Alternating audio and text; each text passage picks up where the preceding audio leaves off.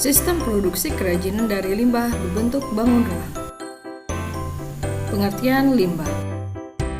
Limbah adalah bahan sisa yang dihasilkan dari suatu kegiatan dan proses produksi baik skala rumah tangga, industri, pertambangan, dan sebagainya. Aneka produk kerajinan dari bahan limbah berbentuk bangun ruang.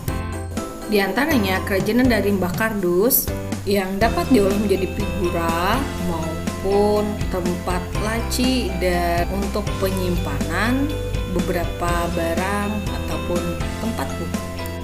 Kerajinan dari kemasan makanan dan minuman, contoh produknya adalah dari kopi, kemudian gelas minuman yang diolah menjadi tas, kemudian kerajinan bentuk yang lain yang bernilai jual tinggi. Kerajinan dari limbah botol plastik. Salah satu contohnya dapat dimanfaatkan menjadi pot bunga, kemudian tempat pensil, dan mainan-mainan yang lebih menarik dan bernilai jual, dan tentunya dapat mengurangi sampah. Kerajinan dari limbah kaleng biasanya digunakan dari bekas makanan maupun bekas minuman bersoda yang biasanya dimanfaatkan menjadi tempat pensil, tempat menaruh sendok, atau tempat menaruh barang perkakas yang lain. Kerajinan dari limbah tempurung kelapa yang salah satunya dimanfaatkan menjadi tas, kemudian hiasan-hiasan, gantungan kunci, dan biasanya juga dimanfaatkan untuk gelas, tempat makanan, dan lain sebagainya. Kerajinan dari limbah akar bambu biasanya dimanfaatkan untuk hal-hal yang bersifat dekoratif atau memperindah dan atau menjadi hiasan seperti pada gambar berikut ini.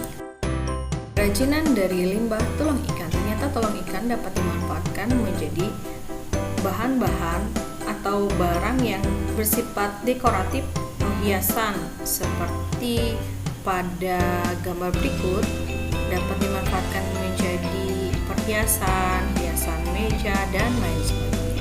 Limbah kulit kerang dapat dimanfaatkan menjadi beberapa jenis kerajinan. Beberapa produknya adalah figura, kemudian bros, dan yang bersifat dekoratif.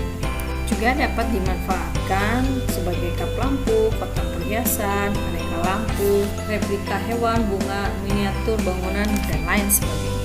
Kerajinan dari limbah karet ban bekas biasanya dimanfaatkan menjadi sendal, kemudian tempat bunga, kemudian tempat majalah, dan beberapa hasil kerajinan yang lain, misalnya kursi dan meja dan alat furniture yang lain.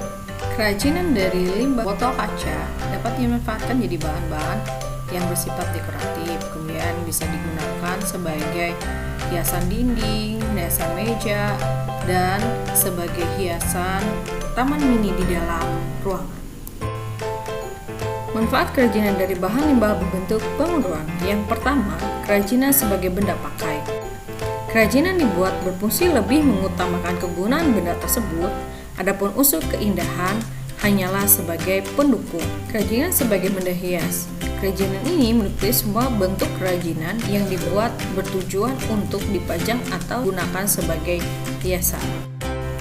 Perencanaan produksi kerajinan dari bahan limbah berbentuk bangun ruang menitik beratkan pada nilai-nilai keunikan dan estetika, sementara dalam pemenuhan fungsinya menekankan pada fungsi pakai yang bersifat fisik atau fisiologis, misalnya benda-benda pakai, perhiasan, furnitur, sandang, dan lain sebagainya.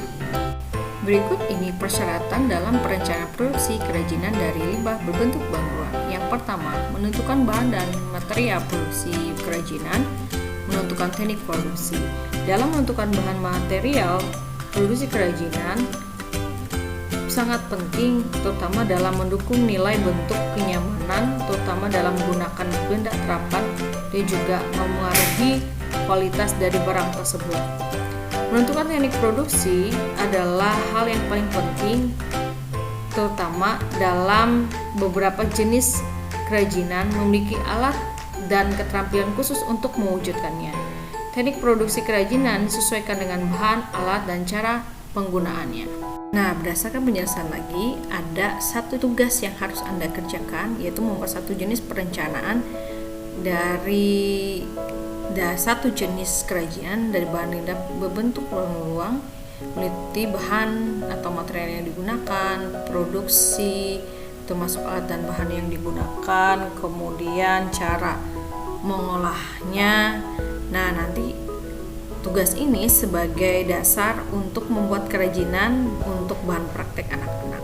Jangan lupa selalu jaga kesehatan, patuhi protokol kesehatan dengan mencuci tangan, memakai masker, dan menjaga jarak.